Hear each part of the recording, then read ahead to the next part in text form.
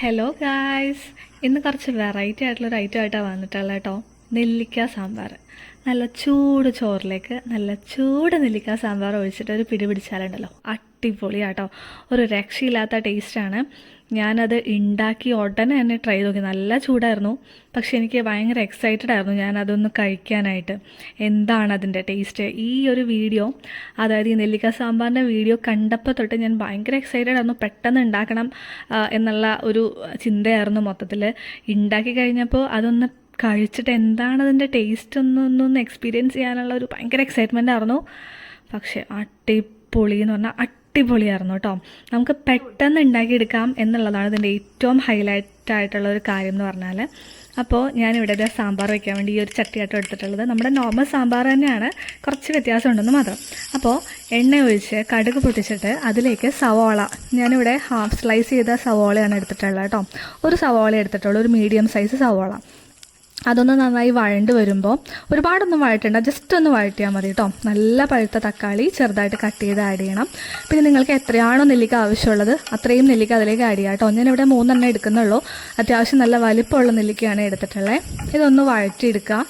ഇനി നമുക്ക് നെല്ലിക്ക ഒന്ന് വേവിച്ചെടുക്കണം. അപ്പോൾ ഞാൻ കുറച്ച് കറിവേപ്പില ആഡ് ചെയ്യുന്നുണ്ട്. ഇനി നമ്മളുടെ പൊടികൾ ആഡ് ചെയ്യാം. നമ്മുടെ സാമ്പാറിൻ്റെ പൊടികൾ തന്നെയാണ് കേട്ടോ യൂസ് ചെയ്യുന്നത്. മഞ്ഞൾപ്പൊടി ആഡ് ചെയ്തിട്ടുണ്ട്. പിന്നെ ഇതാ കായമാണ്. കായം ചെറിയൊരു കഷ്ണം ആഡ് ചെയ്തിട്ടുണ്ട്. സാമ്പാർ പൊടി 2 സ്പൂൺ ആഡ് ചെയ്തിട്ടുണ്ട്. എന്നിട്ട് നന്നായിട്ടൊന്ന് മിക്സ് ചെയ്ത് ആ പച്ചമണം ഒന്ന് മാറുമ്പോൾ നമുക്ക് കുറച്ച് വെള്ളം ആഡ് ചെയ്യണം. ഈ കായം ഉണ്ടല്ലോ, കായം നമ്മൾ പച്ചക്കായമാണ്, ഞാനെപ്പോഴും പച്ചക്കായമാണ് യൂസ് ചെയ്യാറുള്ളത്. പൊടി യൂസ് ചെയ്യൽ വളരെ കുറവാണ്. ബിക്കോസ് അതിൻ്റെ ആ ഒരു സ്പൈസ്, ആ ഒരു ഫ്ലേവർ നമുക്ക് നഷ്ടപ്പെട്ടു പോകും. അതുകൊണ്ട് ഞാൻ പച്ചക്കായമാണ് യൂസ് ചെയ്യാറുള്ളത് കേട്ടോ. ഇനി വെള്ളത്തിൻ്റെ കാര്യം പറഞ്ഞാൽ, വെള്ളം നമുക്ക് ഈ നെല്ലിക്കയും ആ തക്കാളിയൊക്കെ ഒന്ന് വെന്ത് കിട്ടാനുള്ള വെള്ളം മാത്രം യൂസ് ചെയ്യാം. ഇതൊന്ന് തിളച്ച് വന്നു കഴിയുമ്പോൾ ഇതൊന്ന് പറ്റും കേട്ടോ. ഇനി ഞാൻ കല്ലുപ്പാണ് ഈ ഒരു ഡിഷ് പ്രിപ്പയർ ചെയ്യാൻ വേണ്ടി യൂസ് ചെയ്യുന്നത്. അതിനുശേഷം നന്നായി തിളച്ച് വന്നു കഴിയുമ്പോൾ അതിലേക്ക് ശർക്കരയാണ് ആഡ് ചെയ്യേണ്ടത്. പക്ഷേ എൻ്റെ കയ്യിൽ ശർക്കര ഇല്ലാത്തതുകൊണ്ട് ഞാനിപ്പോൾ പഞ്ചസാരയാണ് കേട്ടോ ആഡ് ചെയ്ത് കൊടുത്തിട്ടുള്ളത്. അത് നന്നായിട്ടൊന്ന് എന്താ പറയുക, കുറുകി പറ്റി വരണം. ആ ഒരു സ്റ്റേജിൽ നമുക്ക് വേവിച്ച് വെച്ചിട്ടുള്ള പരിപ്പ് ഇതിലേക്ക് ആഡ് ചെയ്ത് കൊടുക്കാം കേട്ടോ. നന്നായിട്ട് വെന്തുടഞ്ഞ പരിപ്പാണ് നിങ്ങൾക്ക് ഇഷ്ടം എന്നുണ്ടെങ്കിൽ അങ്ങനെ ചെയ്യാം. അല്ലാന്നുണ്ടെങ്കിൽ ഞാനിപ്പോൾ ചെയ്തിട്ടുള്ളത് ഒരുപാട് വെന്തുടയാതെ ആ പരിപ്പിൻ്റെ ഷേപ്പൊക്കെ അങ്ങനെ തന്നെ കിട്ടിയിട്ടുള്ള അങ്ങനത്തെ പരിപ്പാട്ടോ. അപ്പോൾ അത് നന്നായിട്ട് ചേർത്തിട്ട് നന്നായിട്ടൊന്ന് തിളപ്പിച്ച് ഒന്ന് കുറുകി വരണം. ഇനി ഇതിലേക്ക് നമുക്ക് ധാരാളം മല്ലിയില യൂസ് ചെയ്ത് കറി ഒന്ന് വാങ്ങി വയ്ക്കാം. കുറച്ച് കറിവേപ്പിലയും കൂടി ഇട്ട് കൊടുക്കുന്നുണ്ട് കേട്ടോ. നമ്മളിതിൽ താളിച്ചൊന്നും ഒഴിക്കുന്നില്ല. സാമ്പാറിൽ നമ്മൾ താളിക്കില്ലേ, അതുപോലെ താളിക്കുന്നില്ല കേട്ടോ. ഈ കറിയുടെ പ്രത്യേകത അതാണ്.